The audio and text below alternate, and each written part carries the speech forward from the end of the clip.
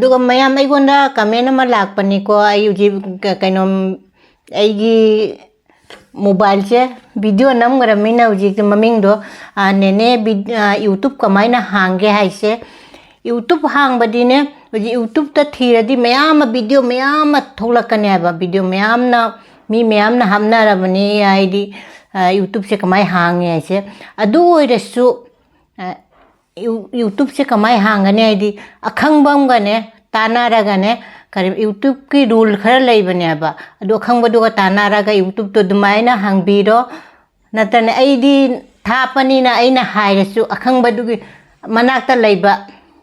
ꯑꯈꯪꯕꯗꯨꯒ ꯇꯥꯟꯅꯔꯒ ꯍꯥꯡꯕꯗꯨꯅ ꯐꯒꯅꯤ ꯍꯥꯏꯅ ꯑꯩꯁꯦ ꯅꯤꯡꯉꯤꯀꯣ ꯉꯁꯤꯗꯤꯅꯦ ꯉꯥ ꯃꯀꯣꯛꯀꯅꯦ ꯎꯔꯤ ꯍꯋꯥꯏꯗꯣ ꯑꯩꯅ ꯃꯀꯨ ꯈꯣꯛꯑ ꯊꯝꯕꯗꯣ ꯈꯥꯏꯕꯣꯝꯗꯤ ꯆꯥꯈ꯭ꯔꯦꯕ ꯑꯁꯤ ꯎꯔꯤ ꯍꯋꯥꯏꯁꯤꯒ ꯉꯁꯤꯗꯤ ꯊꯣꯡꯉ ꯆꯥꯒꯦ ꯃꯌꯥꯝꯁꯨ ꯑꯝꯇ ꯆꯥꯔꯗꯤ ꯌꯦꯡꯉꯨ ꯌꯥꯝ ꯍꯥꯎꯕꯅꯤꯁꯦ ꯎꯔꯤ ꯍꯋꯥꯏꯒꯅꯦ ꯉꯥ ꯃꯀꯣꯛꯀ ꯊꯣꯡꯕꯁꯦ ꯆꯥꯎꯈꯠꯄ ꯍꯧꯔꯦ ꯁꯤꯅꯅꯦ ꯃꯆꯤꯗꯅꯦ ꯑꯇꯥꯎꯕ ꯃꯣꯝ ꯆꯥꯒꯦ ꯇꯧꯕ ꯁꯤꯅꯅꯦ ꯎꯔꯤ ꯃꯔꯨ ꯃꯀꯨ ꯈꯣꯛꯇꯣꯛꯄꯗꯣ ꯑꯩꯅ ꯑꯗꯨꯒ ꯊꯣꯡꯗꯣꯏꯅꯦꯕ ꯁꯤ ꯆꯥꯎꯊꯣꯛꯑꯒꯅꯦ ꯑꯗꯨ ꯁꯣꯛ ꯇꯧꯗꯣꯏꯕ ꯉꯥꯁꯦ ꯀꯣꯊꯣꯛꯄ ꯌꯥꯔꯅꯤ ꯉꯥꯁꯦ ꯀꯣꯊꯣꯛꯑꯒ ꯉꯥ ꯃꯀꯣꯛꯁꯦ ꯑꯩꯅ ꯇꯥꯎꯈꯠꯄ ꯍꯧꯔ ꯐꯖꯅ ꯃꯨꯟꯅ ꯇꯥꯎꯗꯣꯏꯅꯦꯕ ꯁꯤꯗꯤ ꯑꯩꯅꯅꯦ ꯍꯥꯏꯗꯤ ꯍꯋꯥꯏꯗꯨꯒꯅꯦ hawai marudugane uri marudugane happaudare aida hadi tauraga hadi kano kambadu happadane happaudare doidi phajana hadi makoke phajana makoke tahourage ai uri gi maru su loire ngasi na cha de se na kilung katang dorokone aga atai thoninga gi leiroi daba aina uri maru si di phut le ba kiti makame mulle ba makopti kai de mulle uri maru ji soktauna ba ina chana maru ma laure ko tejpata pilau dugai na kopi leire diga khame na kinda che phajana ngaura gane dugai duga jira jangang morok happaga mai tauna soktaudu morok ki jam happoi ko morok se dum khara khatang ka khate morok nga makok ke ko thokko jarani eina nga ngau thau si gane thau khara muk hape ba uji jira hapche lage dugai ne tejpata janam na kupi janam tilau le hapche lage oi hapche le phajana si se ngangli ba ngauraga dugane khame na sin hapche na kupi tilau kai grase mulle ba si ka khame na sin hapche lage adi phajana ngauraga sirike marin tang ngauraga marin tang hapche lage marin mapang di jam na ko nga thong ba happa to mai happe matte ba ai se khame chembi je munna bane tum hapche lauraga tum kidi sa gi apamba tum jam cha ba di phatte ko bi ji pai ni men chembi je ka pathara minna jangan hapche lage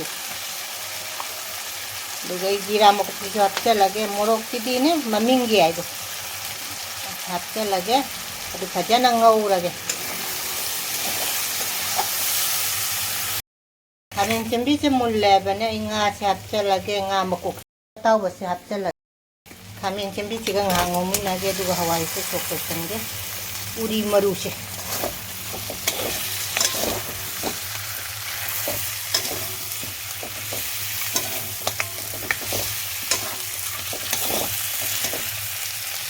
na ngaura ge sokko sange ije na han chonia na pirakpa pulai do khara le hoba se singa si irola cha thoge taw toksan bazare sok toksala ga hari bop ke khau thok na pau dare ojik ta hapi hari bop che sok toksale de mai khara hap ki mapu ha bhai mapop chi di kai de mundi mulle ba se ngak chau budalo pena kinda garani mapop che aina sok to gi ba hawai se jong loi toi thare du loi toi thare ji फटीगोम थक्चे लगे लोचल लगे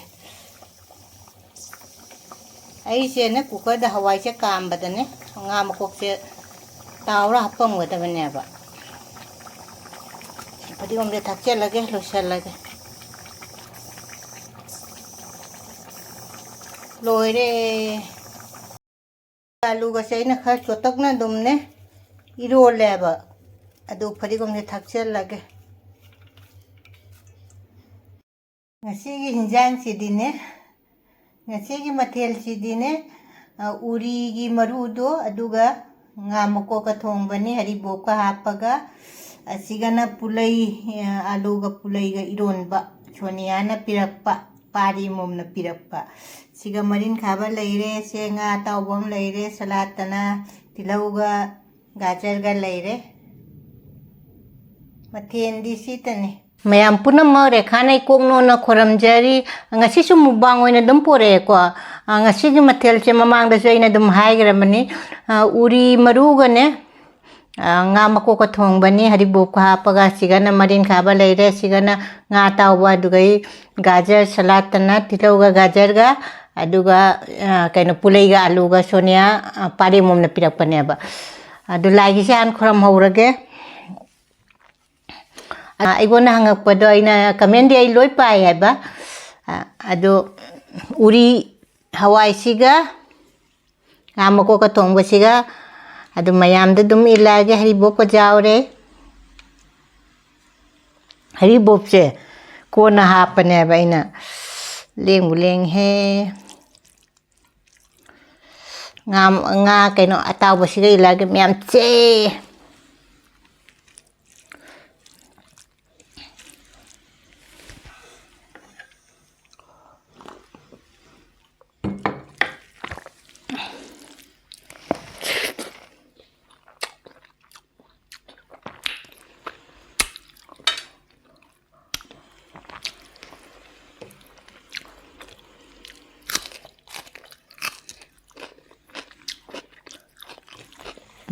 Wow, dữ rồi đó.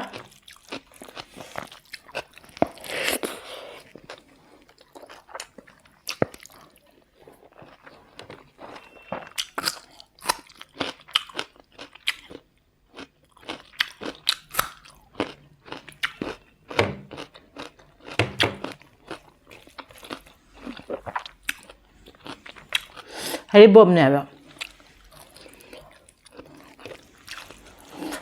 Haribop di suaina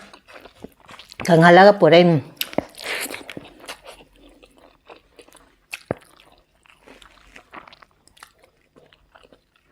mayam na sukhanga pone na video happy puna magta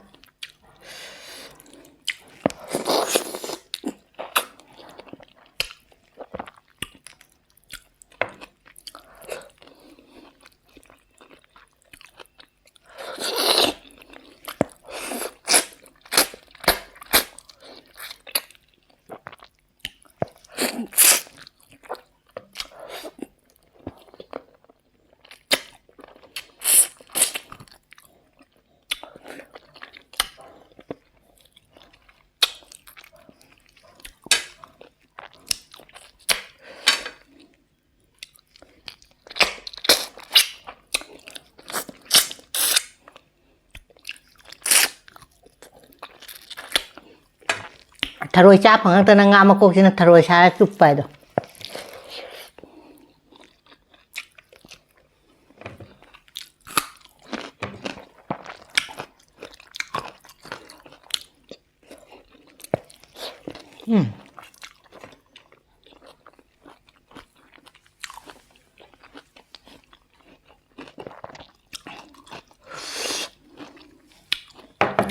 hao đây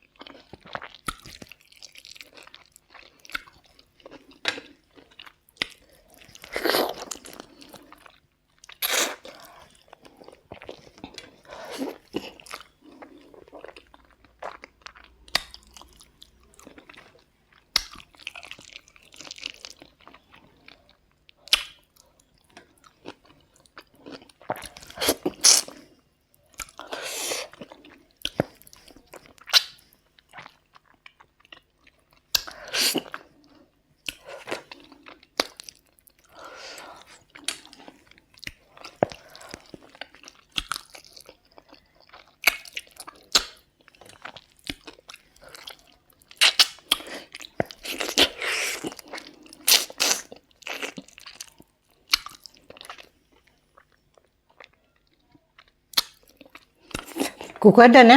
ꯍꯋꯥꯏꯁꯦ ꯀꯥꯝꯕ ꯃꯇꯝꯗꯅꯦ ꯍꯥꯞꯄꯗꯤ ꯑꯃꯨꯛ ꯍꯦꯟꯅ ꯊꯣꯠꯄꯅꯦꯕ ꯑꯗꯨꯏꯁꯨ ꯍꯥꯎꯋꯦ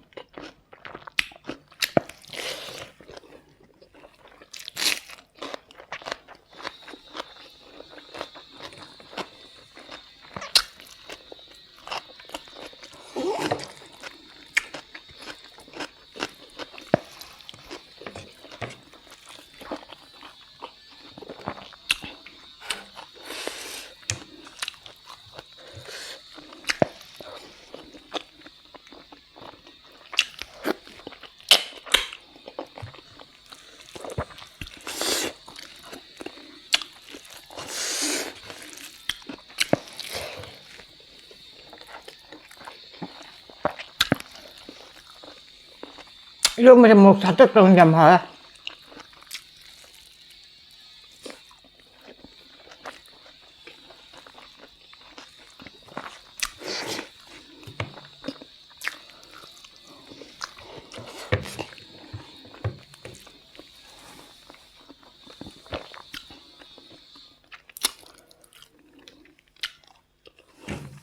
이거 뭐 약간 또 짜게.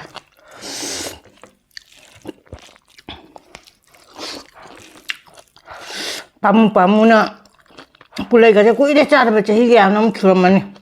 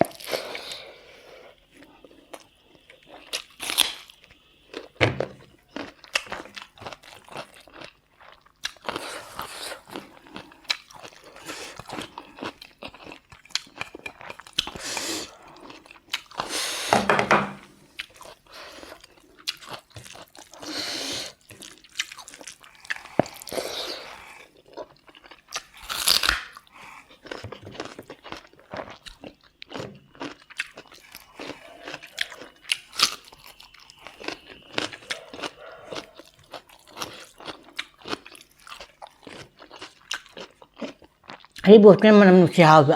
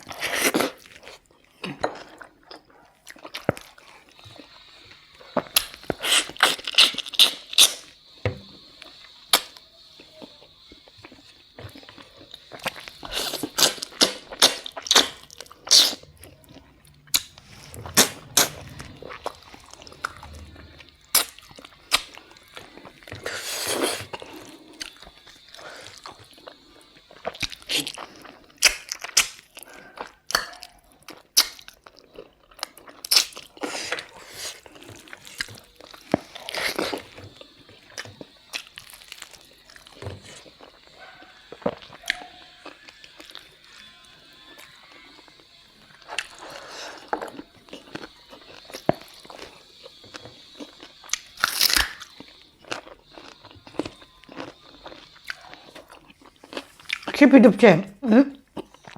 시기 채치기 맛반기네. 이나 빌라우레야바 라스토가는.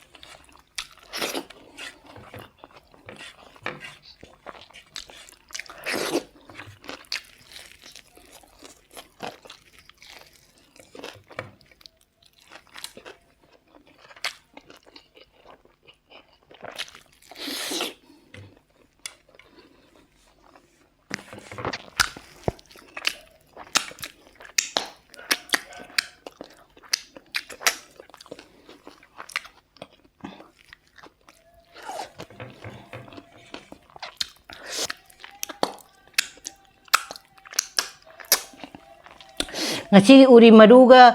nga makok thongba khwa omnine de pulaiga alu ga irom de jam hawre nga marinkhaba chu jawre nga ta bong chit nan ge lu chare ngasi gidi dum matang ke dum thammage mathang mukbang hane blog unase bye